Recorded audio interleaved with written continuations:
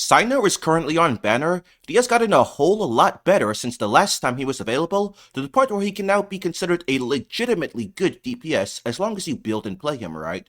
So in today's video, we'll go over everything you need to know to bring out the best of Cyno. But first, with Genshin's anniversary, the top-up bonuses will be reset, so if you're looking for a way to save money on your Genesis crystals, you'll want to check out our sponsor, Loot Bar. Loot Bar is a very safe and reliable top-up site that allows you to purchase Genesis crystals at up to 25% off. Your data is completely safe during the transaction, as all you need to provide is your in-game user ID number, and when purchasing through Loot Bar, you'll even receive points that you can use to redeem rewards such as a Welcome Moon or cash coupons. And Loot Bar is widely used by even some of your favorite large creators such as Jello Impact, and Loot Bar has positive reviews from over 30,000 users. So click the link in the description to get started. New users will get an extra 10% off their first purchase, and returning users 5%. Thank you, Loot Bar. Now back to the video. Alright, so starting with the basics, Cyno is a transformative reaction-focused DPS, so you want to prioritize getting him to level 90, as there is a massive increase in reaction damage from 80 to 90. Then for his talents, prioritize the Burst Then skill. You can completely ignore the normal attack talent. If you're trying to save on crowns and resin, you can leave his skill and burst at 9. It's not a huge difference going from 9 to 10 on him. And for Cyno's combos, it's pretty simple. Cast his skill into burst, weaving a in-one between if using someone like Xingqiu. Then cast his skill again as soon as it's up. If using Thundering Fury, it should be up right away. If not, you'll perform a few normal attacks and then cast the skill as soon as it's up. After that, you'll start doing in-4s. If using Thundering Fury, it'll be in-4E each time. If not, it'll be in-4D, then in-4E on the next one. Cyno's in-5 has a pretty slow animation, so it's kinda just better to not use it and do in-4 combos instead. Now, the more complex thing with Cyno's combos is, he can get up to 4 Inseers, meaning his build time can be all the way up to 20 seconds if you use it all, but you usually won't be staying on him that full duration. Currently in Cyno's best teams, in order to have his build time aligned best with the uptime of his supports, it's recommended to do 2 Inseers and perform a couple of normal attacks after, before swapping off and ending the rotation. This will take about 13 to 14 seconds of build time. Going to 3 Inseer can also be good. It takes about 17 seconds of build time, so some of your supports will likely be expired by that 3rd Inseer, but the extra skill cast means you'll produce more particles, so team energy requirements will be lower. The only time I'd ever recommend going to 4 Inseer is if doing so would allow you to finish off a boss or chamber that you would have otherwise needed to start a whole new rotation to take care of. It can also be good if pushing your field time longer like this would allow you to push past the boss's mechanics or break through an enemy shield or something like that. But generally speaking, either do 2 Inseer plus a few normal attacks after, or do 3 Inseer. Now for Cyno's artifacts, the best set depends on the team. If your moon sign level is Ascended Gleam, in other words you have 2 Notcry units, which his current best team has, then his best set is the Notcry DPS set, Night of the Sky's Unveiling, aka Natsu. If using Farina, then Meirashuse Hunter is basically equal to Natsu. Note that if using Scarlet Sands though, it can be hard to avoid overcapping on Natsu or Hunter, and if you overcap, one of the other sets might be better. Thundering Fury is only slightly behind when accounting for needing less ER thanks to the extra skill casts. This will also mean the rest of the team needs less ER as well, which you may find more useful than the slightly higher damage of using Natsu or Hunter, especially if you've already farmed a good Thundering Fury set. Note however that Thundering Fury is mainly recommended if you have Hyperbloom on your team, but the set's not very consistent without Hyperbloom. If you're not using Hyperbloom and Hunter and Natsu don't work in your team, then his best set will be Gilded Dreams, with 4-piece Gladiators also being viable. And for the main stats on his set, the exacts can really vary from team to team. In a team with a high amount of Hyperblooms, EM Electro Crit is optimal, but EM Goblet and or Circlet are very close, so if you have better substats on your EM Goblet or Circlet compared to Electro and Crit, by all means use them. Attack percent is always worse than EM in these teams, especially if using Scarlet Sands, but it's usable until you get a viable EM Sands if need be. If using another team such as Overload, attack percent is still worse if using Scarlet Sands, but can be similar if not better if using a different weapon with high base attack. Then substats focus on EM and crit, but first make sure you have enough energy recharge to burst every rotation. The exact amount is yet another thing that varies depending on the exact team. In a double Electro team with a good Electro battery, 130% is a good amount to aim for. If using Thundering Fury, then you shouldn't need more than around 115%. Going a bit over these numbers isn't bad, as that may help get your burst faster for the first rotation in Stygian Onslaught since you start with no energy there. Just try not to forego crit and EM subs for extra ER if you can avoid it. If you're a psychopath and playing double Dendro solo Electro Cyno in 2025, then you should be using Thundering Fury and doing 3 ends here, in which case you'll want between 130 to 140% ER. Now for weapons, again, it depends on the exact team, but Scarlet Sands is always the highest damage one, typically about 12% or so ahead of the best free-to-play options. For the best free-to-play option, I'd recommend Kitane Cross Spear the most, because the energy refund is extremely useful in Stygian Onslaught where you start with no energy. Refined Ballad of the Forge is his second best weapon overall. Just keep in mind it won't work if you're using a team with only 2 elements. The very interesting new option is actually Flins' weapon, Blood-Soaked Ruins. Not only is the name super cool, but as long as you can proc Lunar-Charged once per 6 seconds, the passive will gain 28 crit damage, and if you can just proc the reaction once per rotation, it'll refund 12 energy. So just like Kitane, this can be extremely useful for getting your burst up at the start of Stygian Onslaught. You'll likely be able to proc this twice for 24 energy refund in the initial setup, so that'll be a night and day difference compared to weapons without any energy refund. The caveat is the weapon simply won't work if you aren't using Inefa or some other future support that enables Lunar-Charged.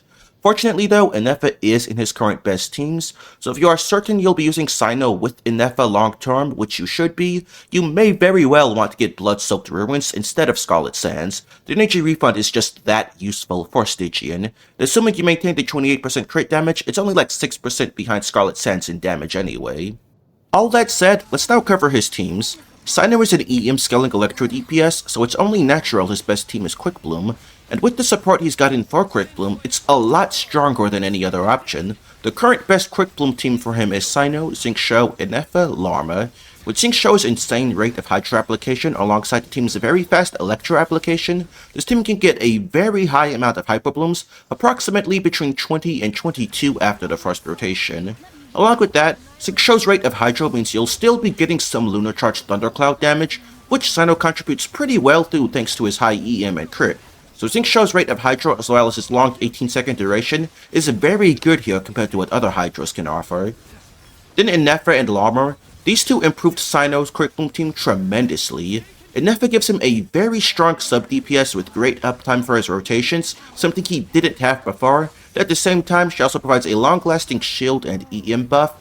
It is even a fantastic Electro battery, making on average about 7 particles per rotation.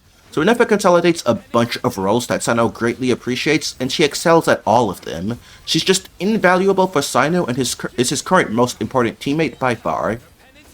Then Lauma improves the Dendro slot a ton compared to other options. She's much better at buffing than Nahida, while not having any of Nahida's multi-wave issues. And compared to other options like Baizu that do work in multi-wave, Lauma actually provides great buffing, which Baizu does not, while even having great AoE.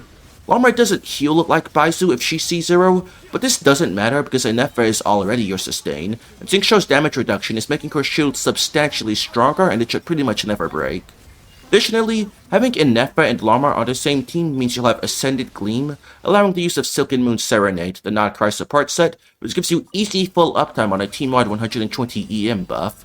So those many factors combined result in this being Cyno's strongest team, massively ahead of his pre-5.8 Quickbloom teams and even farther ahead of his other teams. If you don't have Lauma or she's occupied by another team, Nahida is the next best option. Just keep in mind multi-wave, when a new wave of enemies spawns they won't be marked by Nahida's skill, which can cause your damage to drop off hard until you can recast her skill in the next rotation. This isn't really an issue in Stygian Onslaught since it's pure single target, but it can be a huge hindrance in the Abyss. Another thing you can do is Cyno, Farina, Baizu, Inefa. It'll be pretty similar to Nahida Xingqiu without the multi-wave issues. With Baizu you could also still use Xingqiu, but Farina is better here. But what if you have a Lauma and don't have Inefa? As mentioned before, Inefa is by far Cyno's most important teammate, so while you can make do with Inefa but no Lauma, it's not so easy with Lauma and no Inefa. Not having Inefa means you lose a massive amount of sub-DPS damage, a good buff, your sustain, and your battery. There's simply no other unit in the game that can come close to the value Inefa provides here. The best alternative is Kuki for energy and sustain, so definitely ensure you're saving to get Inefa on rerun if you missed her. If you have neither Lauma nor Inefa, the best Quickbloom team will be Cyno, Farina, Baizu, Auroron, using Auroron as a battery plus buffer with Scroll. So that covers Quickbloom Teams, but another team archetype Cyno can be used in is Overload. Trevors provides some of the largest buffing in the game while having great uptime for Cyno, so using Cyno in Overload ditches the Dendro reactions to try and maximize his raw electro damage. This used to be really bad in Copium, but Yansan made it a lot better. You can have Zhongling's Snapshot, the full attack buff from Yansan, while also being buffed by Trevors and Skrull, allowing her to do high sub DPS damage. And then Cyno will be buffed by Skrull as well, so he's getting a lot of buffs that he actually gets full uptime here on. And he actually moves a decent amount in his combos, so while he won't have Yansan's full attack buff, he can still get a decent amount from her. And then with how fast Zhongling's Pyro application is, Cyno will be the one triggering most of the overloads, so he will still make some good use out of his Elemental Mastery, able to hit around 22,000 damage overloads. Overall, this is Cyno's second strongest team archetype after Quickbloom, but unfortunately he just doesn't have the talent multipliers to use Overload as well as the likes of Clarand and Veressa. His premium Quickbloom team is much stronger than this, but Overload can be a good team to have in your arsenal for Cyno if ever facing an enemy that requires a lot of Pyro, such as the Lava Dragon. Another team archetype I've seen discussed for Cyno is pure Lunar-Charged, but I'm not a big fan of this. The team typically is Farina, Ineffa, and Shilonin. Theoretically, it makes sense. You ditch Dendro for more Lunar-Charged and better buffing for it, but the amount of buffing Shilonin provides simply does not compare at all to the massive amount of damage lost by not having Hyperbloom, so there's really no gain in using this over Quickbloom. As the DPS, you can see it's substantially lower. I'd really only ever use this if you're facing an enemy that needs a lot of Electro and not Dendro, so for example the Fatui Shock Trooper in the current Stygian Onslaught. I'd use this for that, but currently that's really the only place I'd ever use this over Quickbloom. Then there's Aggravate teams, but this is another scenario where there's just no reason to use it over Quickbloom. You still get some Aggravates in Quickbloom while also having better teammate options and far higher damage since you have Hyperblooms on top. If for whatever reason you had to play pure Aggravate, then the current strongest option for this is Cyno, Yansan, Baizu, Fischl, having Fischl snapshot Yansan's full attack buff similar to Zhongling in the Overload team.